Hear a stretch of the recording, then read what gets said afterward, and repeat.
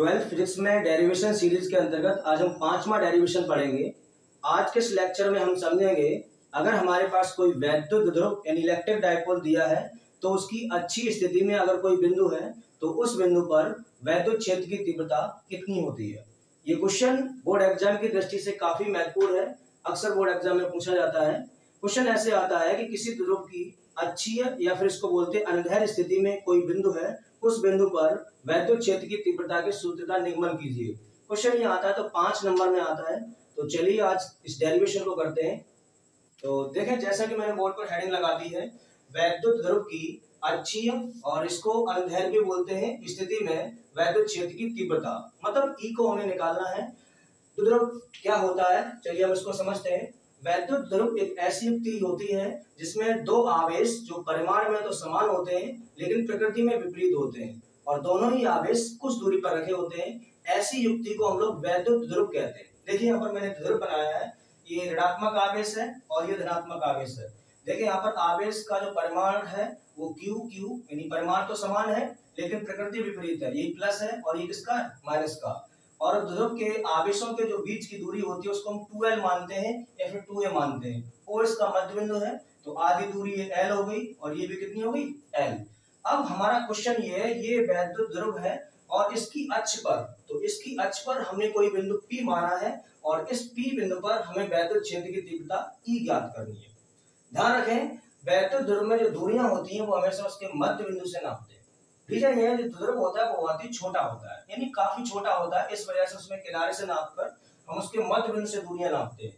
तो इसका मध्य बिंदु O है, इसके मध्य बिंदु O से स्मॉल r दूरी पर ये बिंदु P है जो उसकी अक्ष पे आ रहा है। हमें इस बिंदु P पर वैद्युत क्षेत्र की तीव्रता ज्ञात करनी है। इसी डायग्राम की लैंग्वेज को मैंने लिख दिया है कि माना किसी वैद्युत ध्रुव के मध्य बिंदु O से स्मॉल r दूरी पर एक बिंदु P स्थित है जिस पर परिणामी वैद्युत क्षेत्र की तीव्रता E ज्ञात करनी है। तो देखिए यहाँ पर अब बिंदु P पर दो तीव्रताएं होंगी। दो तीव्रताएं क्यों होंगी? यहाँ पर जो हमारे बिंदु आवेश है वो दो है। एक तो धनात्मक आवेश है, यानी इस धनात्मक आवेश की वजह से यहाँ पर तीव्रता बनेगी और इस ऋणात्मक आवेश की वजह से ही बनेगी, यानी यहाँ पर तीव्रताएं दो होंगी। वजह क्या है? आवेश यहाँ पर दो है। अब दो तीव्रताएं होंगी, फिर हम उनका निकालेंगे परिणामी। देखिए ये धनात्मक आवेश है प्लस Q, धनात्मक आवेश की वजह से बिंदु P पर जो तीव्रता होगी वो धनात्मक आवेश से दूर की ओर यानी इधर की ओर। ध्यान रखें, धनात्मक आवेश से वैद्युत क्षेत्र की तीव्रता की जो दिशा होती है वो उससे दूर होती है, यानी धनात्मक आवेश की वजह से P पर जो तीव्रता होगी इसको नाम दिया E पॉजिटिव और इसकी दिशा होगी उधर की ओर, राइट साइड, और ऋणात्मक की ओर होती है। दूसरा आवेश मेरा माइनस Q है, इसकी वजह से भी यहाँ पर वैद्युत क्षेत्र की तीव्रता बनेगी और ऋणात्मक आवेश इधर रखा है तो ऋणात्मक आवेश की वजह से जो वैद्युत क्षेत्र की तीव्रता की दिशा होती है वो उसी की ओर होती है। तो ऋणात्मक आवेश इधर है तो बिंदु P पर ऋणात्मक की वजह से तीव्रता की जो दिशा होगी वो इधर की ओर होगी, यानी E नेगेटिव की जो डायरेक्शन होगी वो इधर होगी। अब आप ये देखिए, बिंदु P पर दो दो तीव्रताएं लग रही हैं, धनात्मक तीव्रता की दिशा उधर है, ऋणात्मक की इधर है। तो इस केस में जो परिणामी तीव्रता निकलेगी वो हमारी घटा के निकलेगी। घटा के क्यों निकलेगी? दो सदिश राशियां यानी दो वेक्टर विपरीत दिशाओं में है तो उनका परिणामी हम घटा के निकालते हैं। अगर ये दोनों एक ही दिशा में होते तो परिणामी तीव्रता को हम जोड़ते। फिलहाल घटाएंगे हम किसमें? ज्यादा तीव्रता में से कम तीव्रता को घटाएंगे। तो यहाँ पर तीव्रता निकालने के लिए हम लोग सूत्र का इस्तेमाल कर रहे हैं। किसी बिंदु आवेश का वैद्युत क्षेत्र की तीव्रता E होता है KQ/r², जैसे हम पिछले डेरिवेशन में इसको प्रूव कर चुके हैं। तो देखिए अब हमें ये पता करना है जो हमारा धनात्मक आवेश है वो बिंदु P से कितनी दूरी पर है और जो ऋणात्मक आवेश है वो बिंदु P से कितनी दूरी पर है। तो देखिए यहाँ पर हम ये दूरी पता करना चाह रहे हैं, जो धनात्मक आवेश Q है उस आवेश Q की बिंदु P से ये वाली दूरी कितनी है। तो इसके लिए देखिए हम डायग्राम की हेल्प लेंगे। O से लेकर P तक की जो दूरी है वो R है और O से लेकर Q तक की दूरी वो L है। तो पूरी दूरी R है, इतनी दूरी L है। अगर हमें ये दूरी पता करनी है तो R में से हम L को घटा देंगे, यानी Q से लेकर P तक की जो दूरी आएगी वो आ जाएगी मेरी R माइनस L। बड़ा आसान है। देखें, मध्य बिंदु O से बिंदु P की टोटल दूरी है R और हम कह रहे हैं R में से इतनी दूरी है L, तो इतनी कितनी बची? R minus L। इसी प्रकार हम इस दूरी को भी निकाल लेंगे, यानी माइनस Q आवेश से बिंदु P की जो दूरी है ये वाली, ये डिस्टेंस वो कितनी है। इसके लिए फिर हम डायग्राम में देखेंगे। तो देखिए बिंदु O से लेकर P तक की जो दूरी है वो है R और O से लेकर Q माइनस Q आवेश तक की दूरी है L, तो यहाँ से यहाँ तक की दूरी है R और यहाँ से यहाँ तक की दूरी है L, तो यहाँ से लेकर यहाँ तक की जो दूरी हो जाएगी वो हो जाएगी मेरी R प्लस L। बड़ा आसान है। P से लेकर O तक की जो दूरी है वो है R और O से लेकर माइनस Q आवेश की दूरी वो है स्मॉल l, तो यहाँ से अगर हमें ये दूरी निकालनी है तो L यानी जो इस दूरी यानी R में हम L को जोड़ देंगे, तो कुल मिला के माइनस Q आवेश से बिंदु P की जो दूरी आ जाएगी वो आ जाएगी मेरी R प्लस L। डायग्राम हमारा कंप्लीट हो चुका है। हमने बड़ी आसानी से दूरियों को निकाल लिया। बिंदु P से आवेश Q की जो प्लस Q आवेश की जो दूरी है वो है R माइनस L और बिंदु P से माइनस Q आवेश की जो दूरी है वो है मेरी R प्लस L। अब हम तीव्रता यानी पहले E पॉजिटिव धनात्मक आवेश की वजह से तीव्रता निकालेंगे, फिर निकालेंगे ऋणात्मक आवेश की वजह से तीव्रता, फिर परिणामी तीव्रता के लिए हम ज्यादा वाली तीव्रता में से कम वाली तीव्रता को घटा देंगे। तो चलिए इसको करते हैं। तो हम पहले E प्लस का मान निकालेंगे, मतलब धनात्मक आवेश Q की वजह से बिंदु P पर तीव्रता जिसकी दिशा इधर है E पॉजिटिव, इसकी वैल्यू कितनी होगी। तो देखो कर रहे हैं, धनात्मक आवेश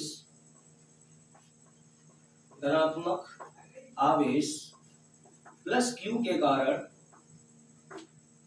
धनात्मक आवेश प्लस Q के कारण बिंदु P पर तीव्रता यानी P पर तीव्रता, धनात्मक आवेश के कारण बिंदु P पर तीव्रता, और इस तीव्रता को हमने माना है E प्लस E पॉजिटिव। तीव्रता का सूत्र अब देखें, यहाँ पर ये बिंदु आवेश है और बिंदु आवेश से जो दूरी है वो R माइनस L है। बिंदु P पर तीव्रता चाहिए तो बिंदु आवेश की वजह से तीव्रता का सूत्र होता है KQ अपॉन R स्क्वायर। तो यहाँ पर लगाएंगे K यहाँ पर कूलम्ब कांस्टेंट है, Q यानी वो आवेश अपॉन बीच की दूरी का वर्ग। अब धनात्मक आवेश से बिंदु P की जो दूरी है वो मेरी R माइनस L, तो यहाँ पर हो जाएगा R माइनस L का होल स्क्वायर। इसको डाल दिया हमने समीकरण नंबर 1।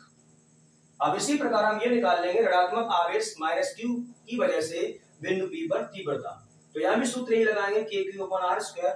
अब इस केस में ये दूरी है वो मेरी R प्लस L है। तो चलिए इसको निकाल रहे हैं। ऋणात्मक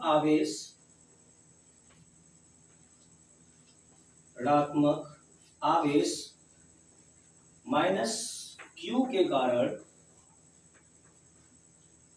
P पर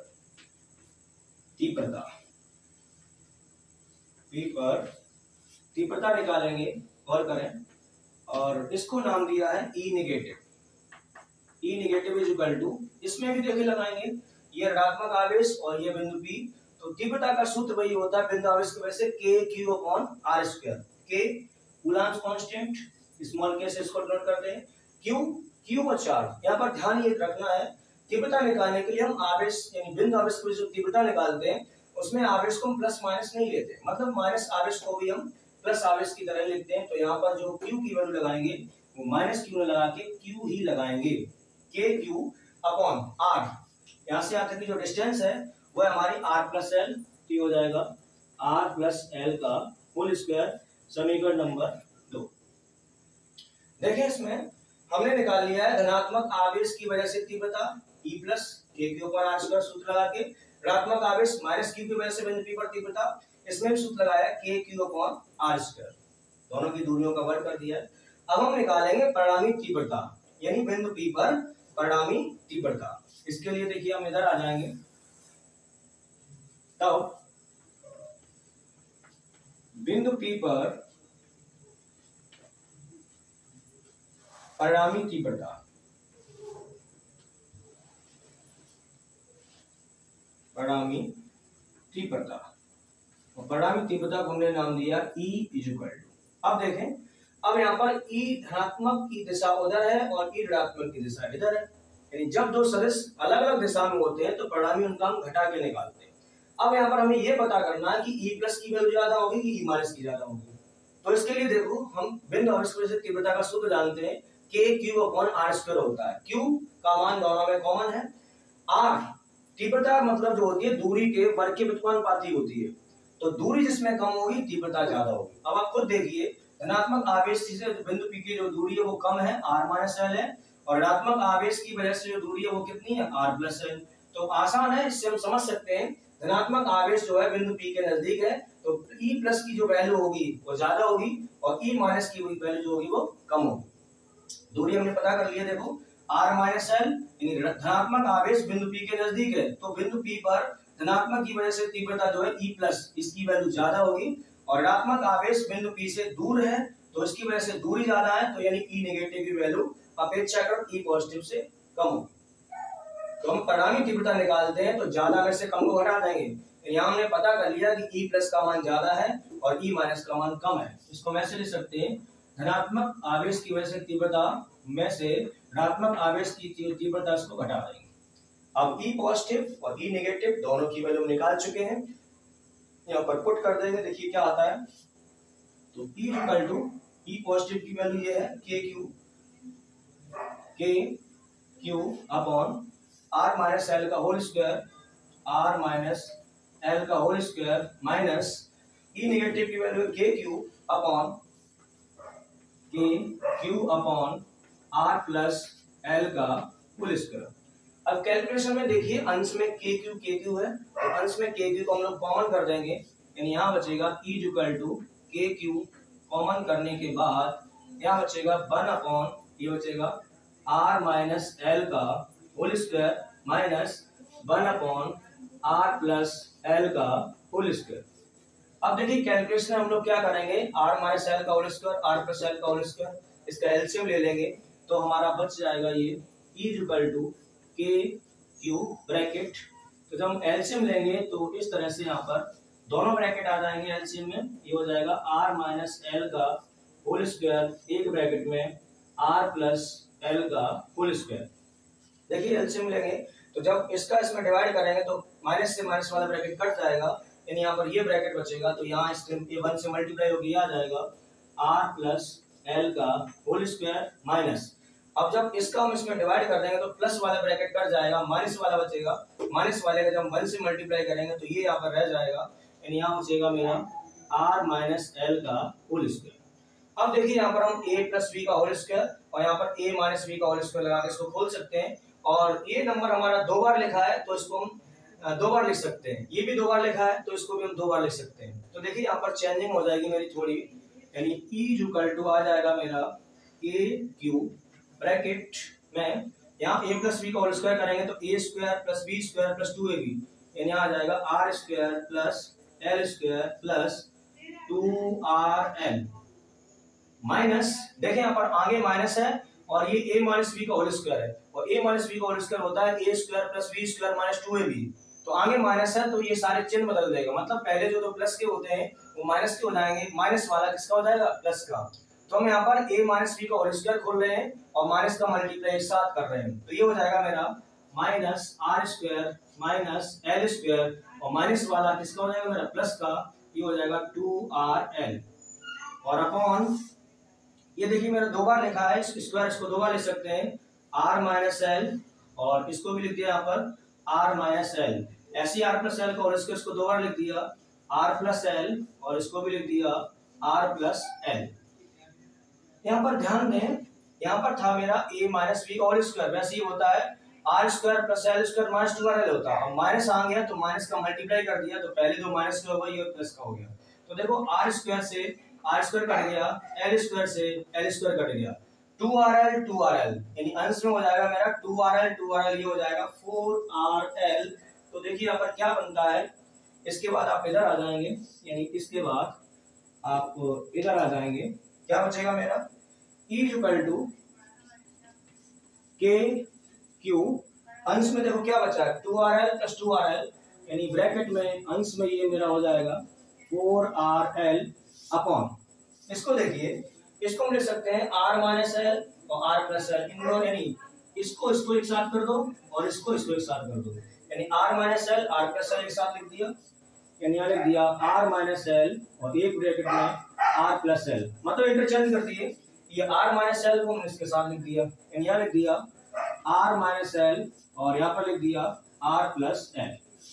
तो देखिए बड़े आसानी से हम यहाँ पर क्या कर सकते हैं, E equal to K Q bracket, देखें यहाँ पर इस 4 को हमने तोड़ दिया 2 इंटू 2 में, 4 को लिख सकते हैं 2 इंटू 2RL, और अपॉन देखो यहाँ पर बन गया a minus B A plus B, ये हो जाएगा A square minus B square, यानी यहाँ हो जाएगा R square minus L square. इन दोनों का जब करेंगे और जब इन दोनों का करेंगे तो ये भी हो जाएगा a minus B A plus B, यानी ये भी हो जाएगा R square minus L square. तो इस तरह से आप देख सकते हैं। अब हमने क्या किया, इस 2 को हम इसके क्यू के साथ लिख देंगे, इसको लिख सकते हैं कि क्यू इंटू 2 है।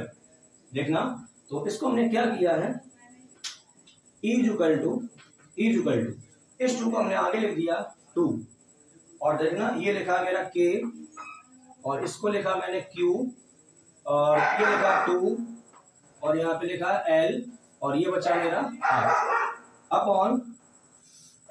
अब देखो ये मेरा 2 बार लिखा है, इसको हम लोग लिख सकते हैं R square minus L square का होल स्क्वायर। देखो यहाँ पर ये 2 बार लिखा है R square minus L square और R square minus L square, तो इसको हम 2 बार लिख सकते हैं R square minus L square का होल स्क्वायर।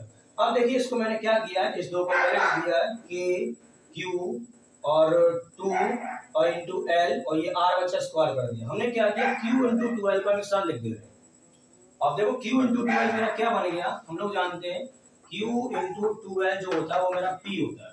पी मतलब वैद्युत द्रव आघूर्ण को पी से दर्शाते हैं और पी इक्वल टू होता है क्यू इंटू 2l, तो ये पी बन जाएगा।